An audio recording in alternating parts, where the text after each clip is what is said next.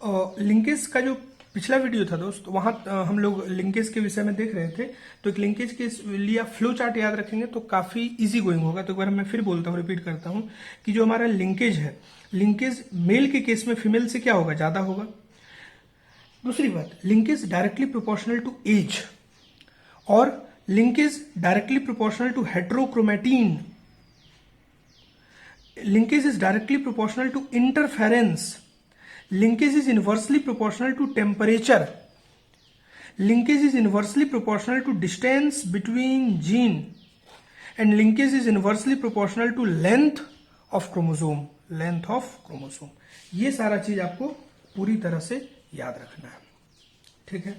अब बात हम करते हैं लिंकेज में, थोड़ा सा और डिटेल डिस्कस करते हैं। ये जो लिंकेज पूरा का पूरा है ना, इस लिंकेज का बेसिकली दो पार्ट हम लोग को देखने को मिलता है। एक तो कंप्लीट लिंकेज और दूसरा दैट इज इनकम्प्लीट लिंकेज। तो डिस्कस करते हैं complete linkage and incomplete linkage. प्रश्न है कंप्लीट लिंकेज का मतलब क्या? देखिए, कंप्लीट लिंकेज का मतलब क्या कि जीन इतना क्लोज आ जाए, इतना टाइटली बाउंडेड हो कि रिकॉम्बिनेशन होने की संभावना जीरो हो जाए। और जब रिकॉम्बिनेशन होने की संभावना जीरो हो जाएगा तो पेरेंटल कॉम्बिनेशन कितना होगा, 100%। अगर पेरेंटल कॉम्बिनेशन 100 होगा तो रिकॉम्बिनेंट कितना होगा, 0%। Condition number 1। इनकम्प्लीट कॉम्बिनेशन की बात करें कि तो यहां क्या होगा, कुछ पेरेंटल भी होगा और कुछ रिकॉम्बिनेंट भी होगा। याद रखिएगा, जो कंप्लीट लिंकेज है ये बहुत रेयर होता है, this is rarest of the rare event, ठीक है। अगर कंप्लीट लिंकेज होगा तो उसमें डायहाइब्रिड क्रॉस में फिनोटिपिक रेशियो कितना होगा, 3:1। भाई कोई पेरेंटल कॉम्बिनेशन रिकॉम्बिनेंट कोई बन ही नहीं पाएगा रिकॉम्बिनेंट, तो जो कंडीशन था पेरेंटल में एग्जैक्ट वही आ जाएगा। और जीनोटिपिक रेशियो क्या होगा, 1:2:1। ये फिनोटिपिक रेशियो और ये जीनोटिपिक रेशियो, मेरे ख्याल से क्लियर होगा। यहां क्या है, जब हम कंप्लीट लिंकेज की बात करेंगे तो हम बोलेंगे कि it is basically the total failure of independent assortment. यहां इंडिपेंडेंट असॉर्टमेंट पूरी तरह से फेल कर जाता है कंप्लीट लिंकेज की कंडीशन में, ठीक है। और इनकम्प्लीट लिंकेज की बात करें, अच्छा एक बात हम लोग के लिए जो ज्यादा इंपॉर्टेंट है वो कौन है, इनकम्प्लीट लिंकेज। तो इनकम्प्लीट लिंकेज के एग्जाम्पल्स को पर आपको ज्यादा फोकस करना है। हम 3-4 एग्जाम्पल बोलते हैं। Number 1, I colour and body colour in Drosophila.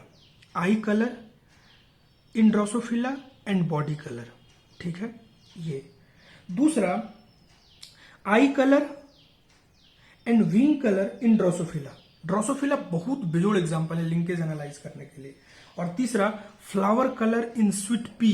Flower colour in sweet pea, और स्वीट पी का दूसरा नाम है लथाइरस ऑडिटेरस। लथाइरस ऑडिटेरस, तो ये बहुत ज्यादा इंपॉर्टेंट है, इसको आप अच्छे से याद रखिए, this is very very important.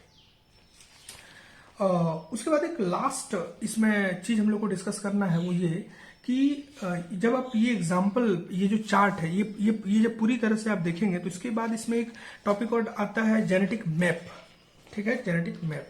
तो मेंडल का ही एक चेला था अल्फ्रेड स्टूवेंट्स, उन्होंने जेनेटिक मैप का पूरा कंसेप्ट दिया। एनसीईआरटी में आपको लास्ट लाइन में ये दिखेगा जेनेटिक मैप की जब बात हम लोग करते हैं। एनसीईआरटी का बिल्कुल लास्ट मैप जब आप देखिएगा पेज नंबर 83 में, तो इसमें क्या है इसको समझिए। जेनेटिक मैप क्या एक्चुअली में, ये जो जेनेटिक मैप है ना, it is basically the diagrammatic representation of the relative distance of sequence of gene present on any chromosome।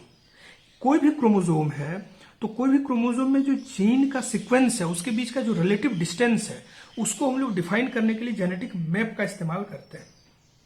ये लाइन मेरे ख्याल से आपको अच्छी तरह से क्लियर हुआ होगा। और यही जेनेटिक मैप का इस्तेमाल किया गया ह्यूमन जीनोम प्रोजेक्ट में as the starting point in the sequence of whole genome. ये एनसीईआरटी का लाइन है, तो आपको इस पर याद रखना है, इसको बहुत इंपॉर्टेंट है ये। दूसरी बात भाई, ये जेनेटिक मैप में स्टूडेंट्स ने किया क्या, इन्होंने क्या किया, student use the frequency of recombination between gene pair on the same chromosome as a measure of distance between two gene and map their position on chromosome. बहुत लॉजिकल काम किया उन्होंने। क्या किया, उन्होंने देखा कि रिकॉम्बिनेशन जितना ज्यादा होगा जीन के बीच का डिस्टेंस उतना ज्यादा होगा। बात सही है, क्योंकि जीन के बीच का अगर डिस्टेंस घटेगा तो लिंकेज ज्यादा होगा तो रिकॉम्बिनेशन क्या होगा, कम होगा। इसका मतलब जितना भी रिकॉम्बिनेशन का फ्रीक्वेंसी होगा उसी के प्रोपोर्शन में जीन का डिस्टेंस होगा। बस इसका इस्तेमाल इन्होंने कर दिया, ठीक है। तो ये बात आपको याद रखना है। कोई अगर 1% रिकॉम्बिनेंट फ्रीक्वेंसी है या रिकॉम्बिनेशन फ्रीक्वेंसी है तो डिस्टेंस 1 यूनिट होगा। कितना होगा? 1 यूनिट डिस्टेंस होगा। अच्छा, 1 यूनिट डिस्टेंस की बात अगर हम यूकैरियोट में करें तो इसको मेजर करने के लिए हम लोग वर्ड यूज करते हैं सेंटीमॉर्गन, और हम लोग प्रोकैरियोट में अगर यूज करें तो उसके लिए हम लोग वर्ड यूज करते हैं मैप यूनिट। ठीक है, जैसे मान लीजिए कोई बोले 100% रिकॉम्बिनेशन अगर आपको दिख रहा है तो हम बोलेंगे 1 मॉर्गन यूनिट है। अगर 1% रिकॉम्बिनेशन दिख रहा है तो हम बोलेंगे 1 सेंटीमॉर्गन। और हमको अच्छे से मालूम है सेंटीमॉर्गन से मॉर्गन में जाने के लिए क्या करना होगा, हम लोग को 100 से मल्टीप्लाई करना होगा, तभी तो यहां से यहां तक जा सकता है। मतलब ये काफी छोटा यूनिट है, इसमें इतना गुना बढ़ाएंगे तब स्थिति ऐसी होगी। क्लियर है? तो मेरे ख्याल से ये भी आपको क्लियर हो चुका होगा। तो आप एक बात समझ चुके हैं अच्छे से कि ये जो टॉपिक है, इस टॉपिक में इस्तेमाल उन्होंने क्या किया, परसेंटेज ऑफ रिकॉम्बिनेशन का इस्तेमाल किया, जो कि बहुत लॉजिकल था। जेनेटिक मैप में एक चीज आपको अमूमन मिल जाएगा क्वेश्चन में कि मैप से रिलेटेड क्वेश्चन होगा। जैसे मान लीजिए सपोज आपको क्वेश्चन इस तरह से गिवन होगा कि ए बी है, A B is 8%, B C is 20%, A C is 28% and मान लीजिए सपोज ए डी बराबर 5% और डी बी बराबर 13%। ये आपको गिवन होगा और आपको इसके बेस पर जेनेटिक मैप डिफाइन करना। तो देखिए, इस तरह का कोई भी क्वेश्चन है, बहुत फ्रिक्वेंट क्वेश्चन है, उसके लिए बस एक छोटा सा टेक्निक इस्तेमाल करना है। एक लाइन ड्रॉ करिए, जो डिस्टेंस सबसे लंबा उसको सबसे दूर दूर लिख दीजिए। इसमें सबसे ज्यादा लंबा डिस्टेंस किसका है? एसी का, 28%। तो आप मान लीजिए कहीं भी आप ए को लिख दिए और सी को लिख दिए। ठीक है, सबसे ज्यादा दूर दूर लिख दिए। अब आप एक किसी को पकड़ लीजिए, मान लीजिए ए को पकड़ लिए। अब हम देखते हैं ए के साथ कौन कौन है। तो ए के साथ तो एक ए बी है 8% और एक ए के साथ ए डी है 5%। दूसरी बात, ए सी तो हम लोग पहले मेंशन कर चुके हैं। अब हम लोग देखते हैं बीसी। बीसी में क्या देख रहे हैं? बीसी इज 20% और बीडी इज 13%। मतलब हम ये कहना चाह रहे हैं कि आप इसको ऐसे करिए कि ए और सी हो गया। अब आप सी को पकड़ लीजिए और सी से डिस्टेंस को चेक करिए। तो सी से क्या है? बीसी है 20%। तो एक चीज तो तय है कि मैक्सिमम डिस्टेंस अगर एसी का है और बीसी 20% है तो ए और सी के बीच में कहीं बी आएगा। ठीक है, बी को यहां इसके बीच में लिख दिए। क्यों? अगर ये 20% है तो ये डिस्टेंस कितना रहा होगा? 8%। ए बी 8% आपका हो गया।